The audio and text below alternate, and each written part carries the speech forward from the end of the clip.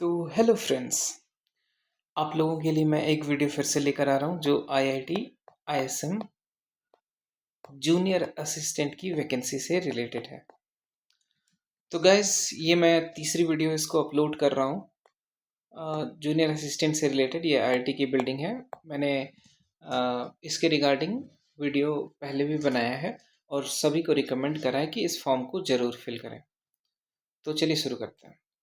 Eco study zone ये मेरा channel है और जो नरेट कर रहा है वो मैं हूँ, जिसका नाम आप लोग विकास बोल सकते हैं। ठीक है, तो मैं विकास इस वीडियो को आगे कंटिन्यू करता हूँ। एक्चुअली मैंने प्रीवियस ईयर पेपर भी शेयर करा है, वो मेरे वीडियो पे मिल जाएगा।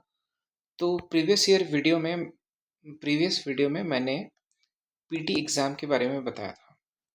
पीटी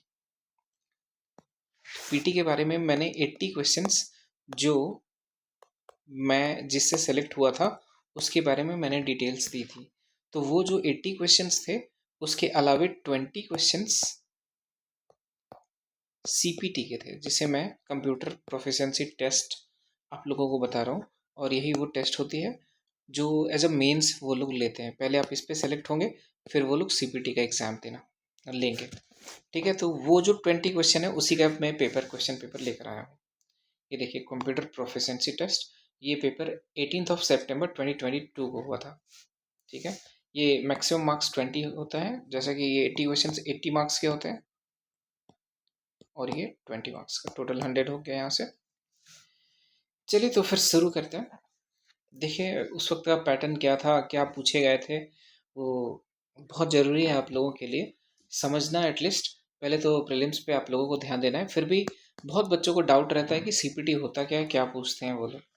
ठीक है, यहाँ पे इंस्ट्रक्शन दिया गया है कैसे कैसे आपको पेपर अटेम्प्ट करना है, कैसे उन फाइल्स को आप जब प्रिपेयर कर ले तो सेव कहाँ करना है, कहाँ पे रखना है, एडिटिंग करनी है या नहीं करनी है, तो उन सब के बारे में। देखिए, पहला सेक्शन है सेक्शन 1, और सेक्शन 1 में ये 8 मार्क्स का है। 8 मार्क्स में पहला जो सेक्शन है वो एम एस एक्सेल के बारे में है। तो हम लोग क्वेश्चन देखते हैं कि क्या पूछा जाता है। आप लोगों ने एम एस एक्सेल पहले भी सुन रखा होगा। एक्चुअली एम एस एक्सेल होता क्या है, जिसपे हम लोग सीट्स पे काम करते हैं। सीट्स पे इसको हम लोग सेल्स कहते हैं, सेल्स। ठीक है, ये अलग अलग जितने भी हो गए, इन सबको हम लोग सेल्स के नाम से जानते हैं। तो देखिए, ये कह रहे हैं, देखिए यहाँ पे सारे सेल्स लिखे हुए हैं। ठीक है, तो चलिए शुरू करते हैं। क्या क्या क्वेश्चन इन्होंने, 8 क्वेश्चंस और सारे क्वेश्चन एक एक मार्क्स के हैं। देखिए, पहला क्वेश्चन है कि fill the cells B1 to B10 with the squares of the corresponding cells in column A। ठीक है, तो इसका क्या मतलब हुआ, यहाँ पे जो इन्होंने दिया हुआ है ये पहले से इन्होंने दे रखा है। पहले तो आपको एक्सेल में ये डेटा प्रिपेयर फिल करना पड़ेगा, ये वाली जो डेटा है। ठीक है, फिर यहाँ से B1 to B10 आपको यहाँ पे, ये B1 हो गया। देखिए, ये B1 राइट, तो B1 मतलब ये वाला सेल आता है। तो यहाँ पे आपको इसका स्क्वायर लिखना है, स्क्वायर। ठीक है, आप देख पा रहे हैं, इसका स्क्वायर लिखना है, और यहाँ पे फिर इसका स्क्वायर लिखना है, यहाँ पे इसका स्क्वायर लिखना है। लेकिन वो लिखना नहीं है एक्चुअली, यहाँ पे एक फॉर्मूला लगाना है आपको। क्योंकि वो लोग जब कॉपी आप ये सेव करेंगे फाइल, तो जब वो चेक करेंगे तो वो लोग इस पर क्लिक करेंगे और उन्हें वो फॉर्मूला ऑटोमेटिक दिखेगा। वो कहाँ दिखता है, वो फॉर्मूला बार में दिखता है। ऊपर में फॉर्मूला बार होता है, फॉर्मूला या फंक्शन बार बोलते हैं उसको। ठीक है, तो इसलिए एक फॉर्मूला यहाँ पे लगाना है और सारे फॉर्मूलाज को यहाँ तक कॉपी करने हैं, या फिर यहाँ से ड्रैग करने का ऑप्शन आता है। अगर आप लोग जब सीखेंगे तो आप लोगों को मालूम पड़ेगा। मैं बस पैटर्न बताना चाह रहा हूँ कि क्या है। उसी तरह से देखिए, C1 to C10 में ट्वाइस करना है, मतलब इसमें ट्वाइस करना है, इसमें सम करना है। देखिए, फिर E12 में क्या करना है, A1 to A10 करना है। E12 में, E12 जैसे कि यहाँ से यहाँ यहाँ के बारे में बात कर रहे हैं, E12 में। ठीक है, तो जितने भी सेल्स हैं A1 to A10, वहाँ पे सम का फॉर्मूला लगाना है।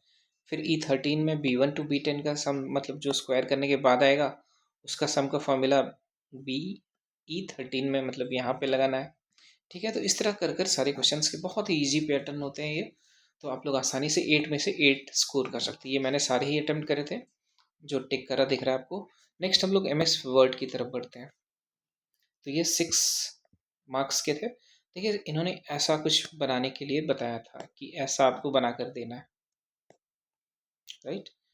तो आपको एक टेबल पहले क्रिएट करना पड़ता है, एक इंसर्ट करना पड़ेगा टेबल, फिर उसके बीच में ये करना पड़ेगा, ऐसे ऐसे कर कर ऐसे ये टेबल, फिर ऐसे करेंगे तो आप दोनों को मर्ज करना पड़ेगा। तो इस तरह से कुछ इन्होंने एक पैटर्न दिया हुआ है। तो देखिए यहाँ पे इन्होंने 5 टाइप के क्वेश्चंस दिए हैं, शॉर्ट क्वेश्चंस, जिसपे each questions carries 1 mark, right. तो आप लोग अगर इसको बना लिए, ये जैसे दिख रहा है, जैसे टी के नीचे सबस्क्रिप्ट में 3 है, ये ध्यान देने वाली चीज़ है, ठीक है। तो वो आपको जब सबस्क्रिप्ट आप अच्छे से डालेंगे तो 1 मार्क्स आपको यहाँ मिल जाएगा। फिर टी का स्क्वायर स्क्वायर नहीं, मतलब ऊपर में पावर है, तो वो भी मार्क्स मिल जाएगा। देखिए यहाँ पे स्ट्राइक थ्रू, इस मार्क को स्ट्राइक थ्रू कहते हैं, उसका भी मार्क्स मिल जाएगा आपको, ठीक है। तो ये हुआ MS वर्ड। आप लोग क्वेश्चंस देख लीजिए क्या क्या पूछा है। ये स्ट्राइकिंग आउट बोलते हैं। यहाँ पे देखिए डॉक्यूमेंट का जो फॉन्ट होना है वो कॉमिक सेंस MS में होना है। तो ये फॉन्ट भी बहुत इंपॉर्टेंट है, आप करेंगे तो 1 मार्क मिलेगा आपको, वरना फिर कट जाएगा, ठीक है। मैंने शायद सारे ही अटेम्प्ट करे थे। नेक्स्ट हम लोग आते हैं MS पावर पॉइंट। ये थोड़ा चैलेंजिंग होता है क्योंकि लोग इस पे सीखते नहीं है। वो लोग नॉर्मली एग्जाम्स के टाइम में ही कर कर जाते हैं और वहाँ कुछ सरप्राइजिंग आ जाता है तो वो लोग नहीं कर पाते।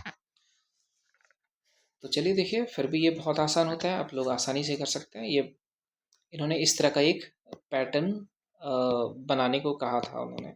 ये पैटर्न जिसको हम लोग स्लाइड शो भी बोलते हैं, स्लाइड्स भी बोलते हैं, जो माइक्रोसॉफ्ट में हम लोग नॉर्मली यूज़ करते हैं स्लाइड्स, ठीक है। तो ये ऐसा ऐसा कर कर इन्होंने इंसर्ट कर रहे हैं, एक इंसर्ट बॉक्स करा है हमने, फिर बॉक्स पे ऐसा नेमिंग करा है, टेक्स्ट लिखा है ये वाली, ये एरो का साइन होना है।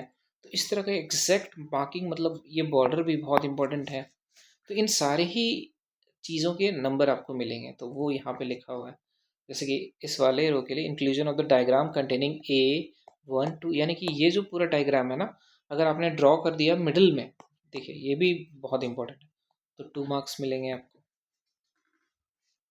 आगे देखिए टाइटल अगर बैच 1 आपने लिख दिया, एकदम एग्जैक्ट ऐसे ही होना चाहिए और मिडिल में होना चाहिए। अगर आपने ये बैच 1 यहाँ लिख दिया तो आपके मार्क्स कट जाएंगे, ठीक है। फिर देखिए inclusion of the right directed arrow to the left of the direct, ये वाली एरो की बात कर रहे हैं। तो मतलब जितने भी हैं सबको आपको लिखना है, अच्छे से ड्रॉ करना है, तो आपको सारे ही मार्क्स मिल जाएंगे। मतलब आप 20 आउट ऑफ 20 इवन स्कोर कर सकते हैं। शायद मैंने ये 19 लिखा था उस वक्त क्योंकि मेरे को लग रहा था कि 19 मार्क्स आएंगे। हो सकता है मेरा कोई कहीं पे तो कटा था मार्क्स, मेरे को याद नहीं है अभी।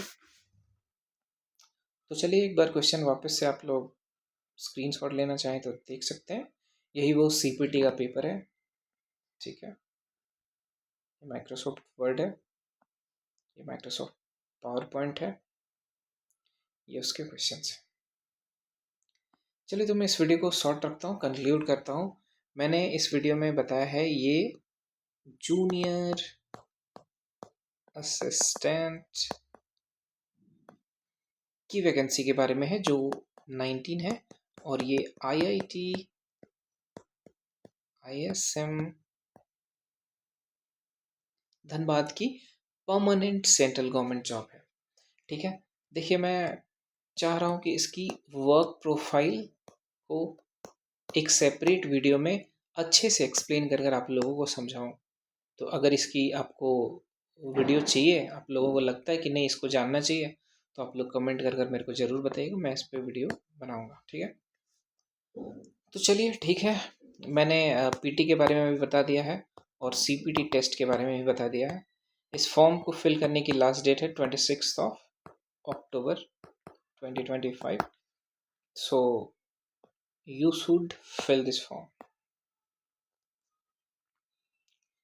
क्या लिख रहा हूँ मैं? You should fill this form, ठीक है। चलिए फिर, थैंक यू। मैं इस वीडियो को कंक्लूड कर रहा हूँ और मिलते हैं नेक्स्ट वीडियो में। और अगर अच्छा लगा हो तो आप लोग बताएं, और कोई डाउट हो तो ज़रूर कमेंट करें। Thank you.